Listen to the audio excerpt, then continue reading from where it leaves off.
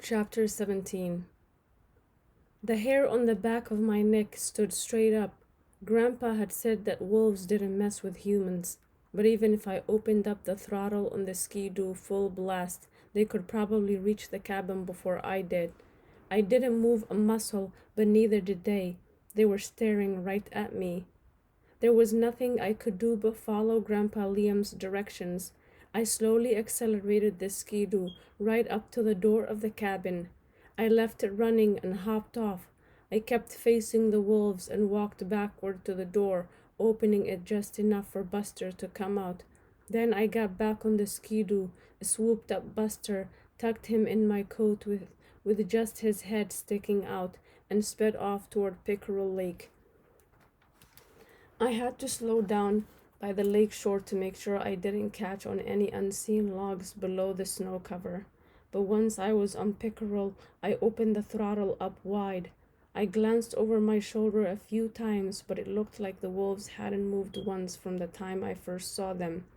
It took a while for my heartbeat to come back down. Then I started to think, Grandpa Liam must have been crazy to trust a 15-year-old kid with his Ski-Doo, solo, on a wilderness route he had never traveled before. A lot of things could go wrong. I really hoped that I wouldn't mess this up. It would be a disaster if I got lost or we lost all the meat from my first kill. I was thinking about the wolves too. What if they decided to come after Buster? What if they were checking my rabbit snares again? Maybe my never cry wolf plan would work. In spite of all my stressing, Grandpa Liam's instructions were pretty solid. I recognized the beaver house on the south shore of Pickerel and found a little portage into the next pond there. The lakes and ponds got smaller as I navigated the chain. We had set beaver traps on many of them. I only slowed down for the portages and beaver dams. The sun was setting and the dense cloud cover was darkening quickly when I saw the silhouette of Grandpa Liam at the edge of the next pond. True to his word, he had dragged the moose quarters, back straps, head, and hide to the lake.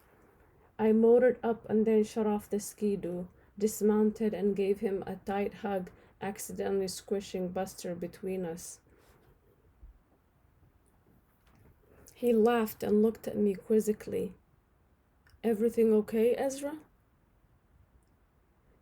Yeah, I have a story for you, but it can wait. Okay. We lifted the pieces into the sled with Buster dancing in circles in excitement. All right, Ezra, take this tobacco and grab those, Grandpa Liam said. He pointed to a dark red piece of meat and a ball of fur on the ice. What is that?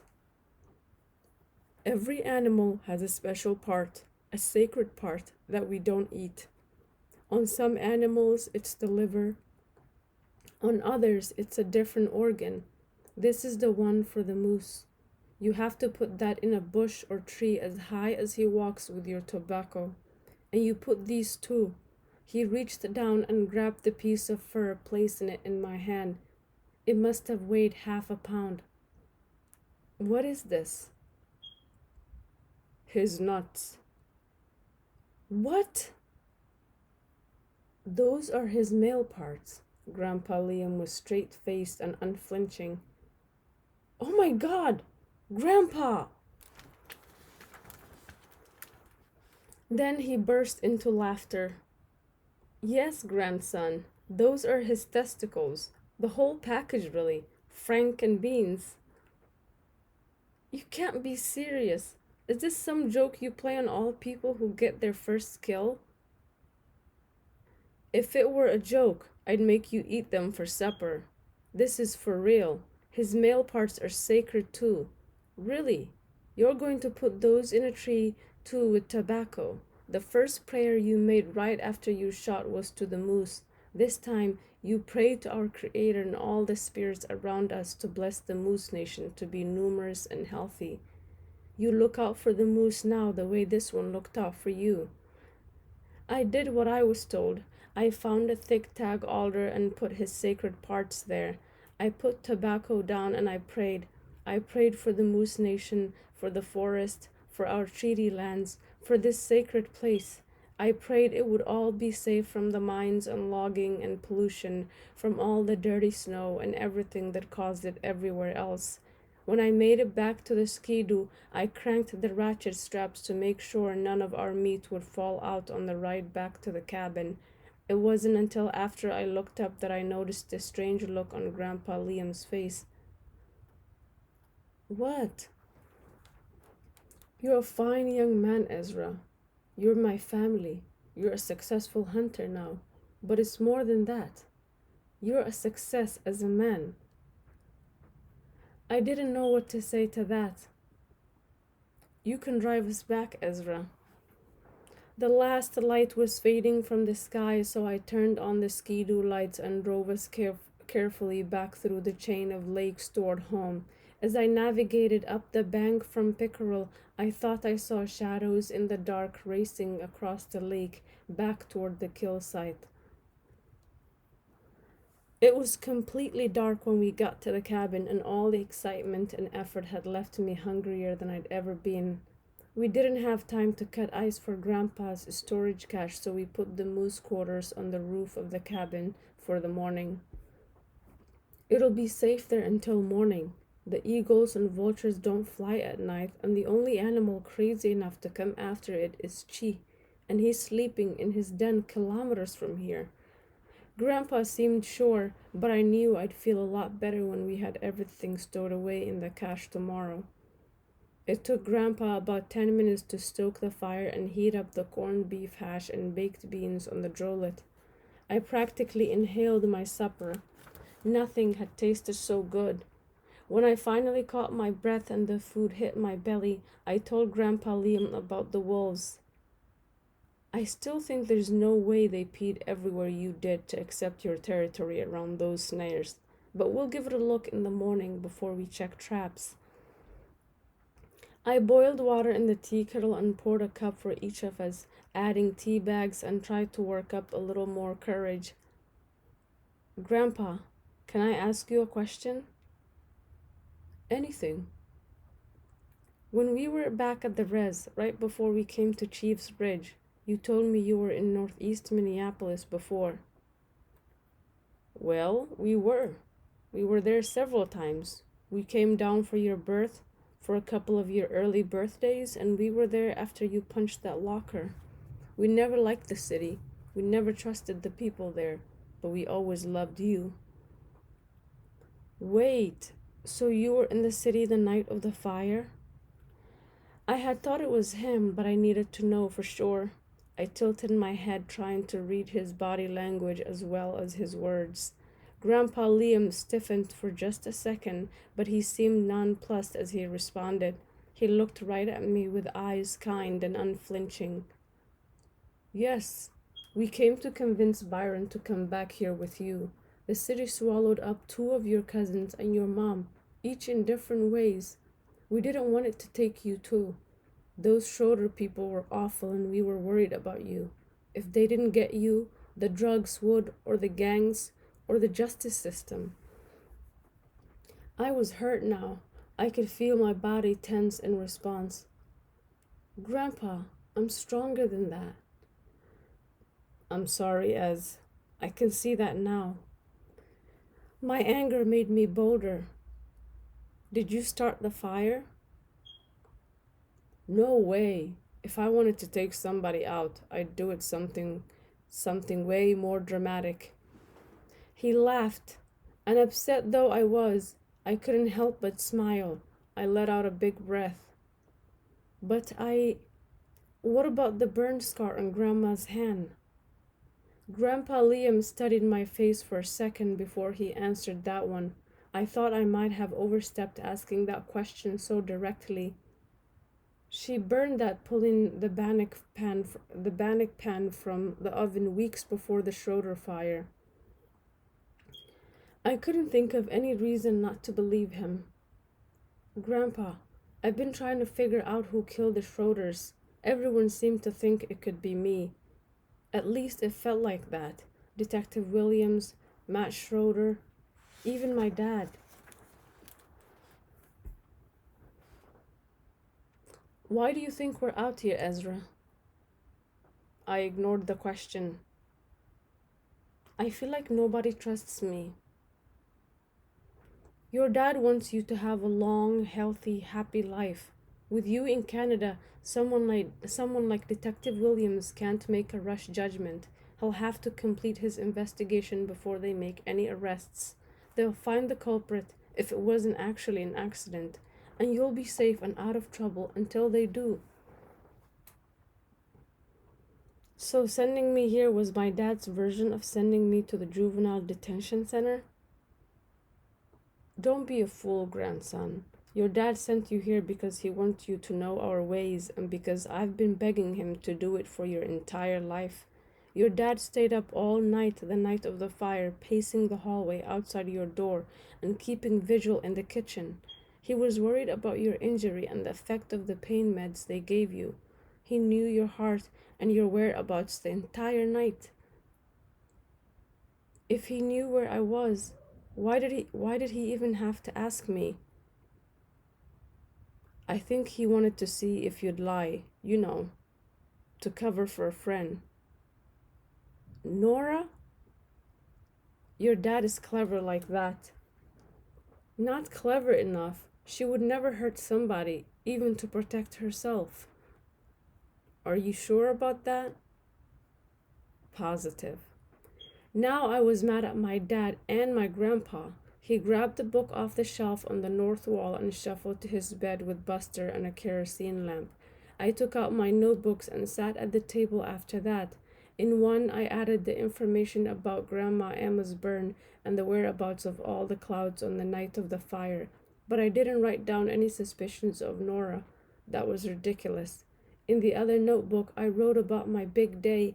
Somehow putting everything down in that notebook softened my anger toward Grandpa Liam. He was just being honest and answering my questions, even if he was wrong. I threw a couple logs into the drollet and went to bed.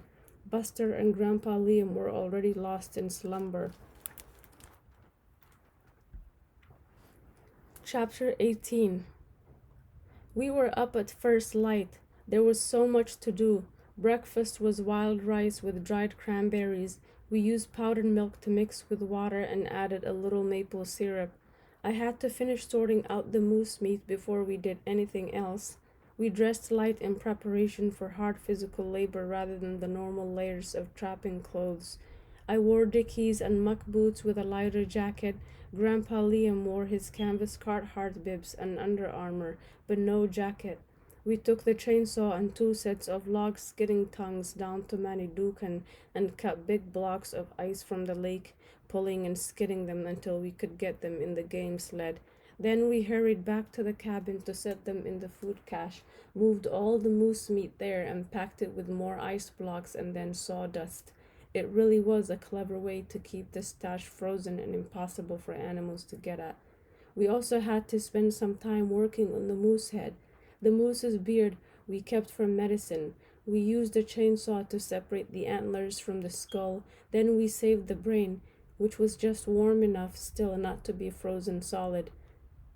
We'll use that to soften the hide when we tan it, Grandpa Liam said. After that, we checked my rabbit snares. I had 4 snowshoe hares in the snares, and not a single set was raided. On the outside of my perimeter, there were wolf tracks everywhere. My plan had worked. I could feel the warm glow of satisfaction deep in my gut as I waited for Grandpa Liam to notice. Look, Ezra, they didn't mark your spot, but they didn't raid your snares either. It's amazing. I actually put little pieces of beaver meat on the other side of my perimeter. I smiled.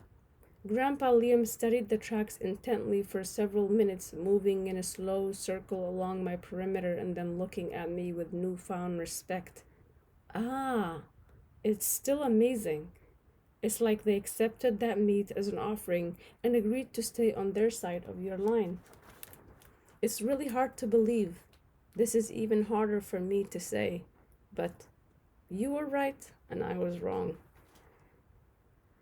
I wasn't totally right. But you weren't totally wrong either. I smiled again.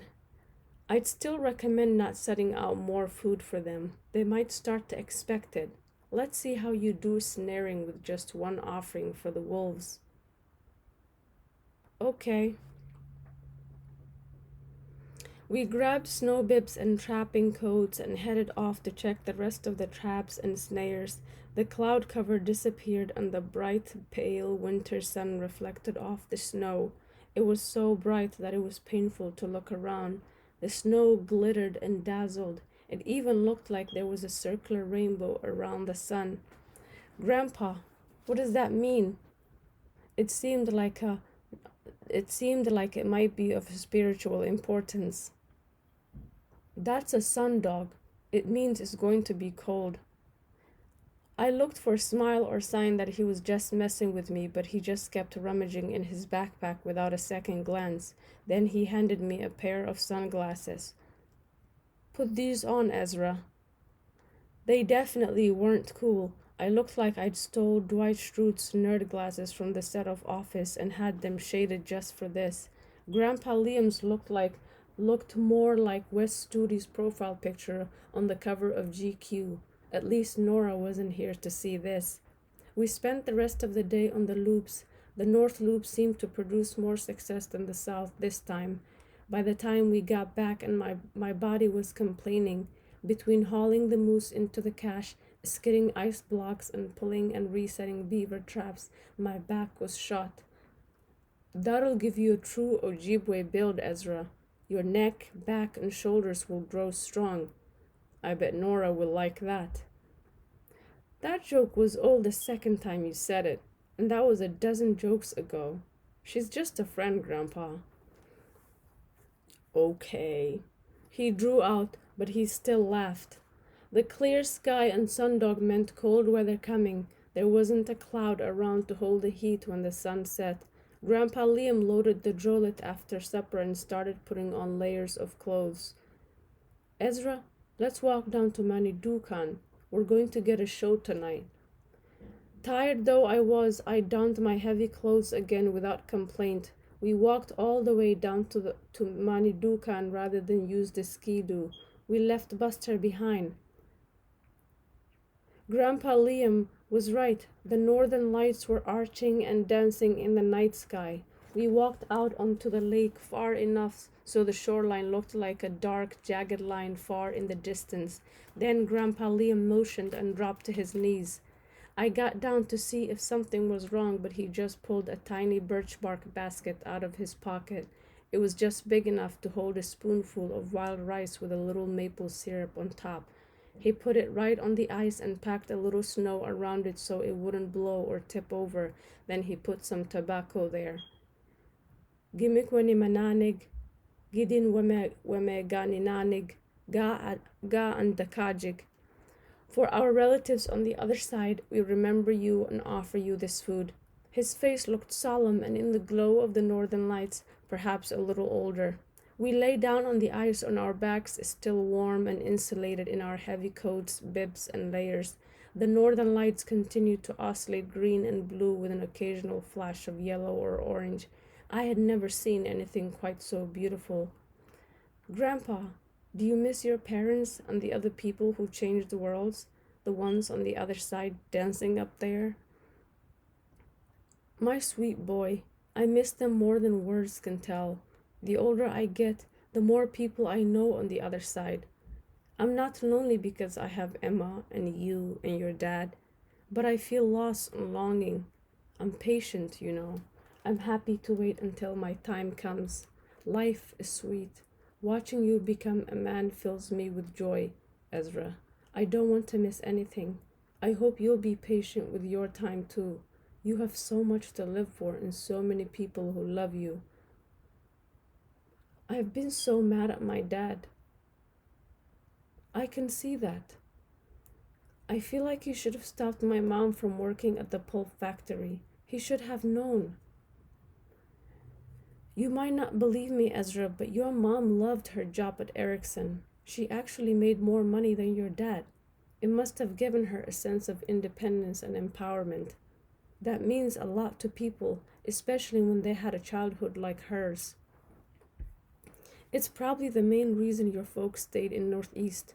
You know, your dad would have been happy to teach Ojibwe at Rainy River Community College in International Falls, or Seven Generations Education Institute in Fort Frances, so he could be a little closer to Red Gut. I must have looked incredulous.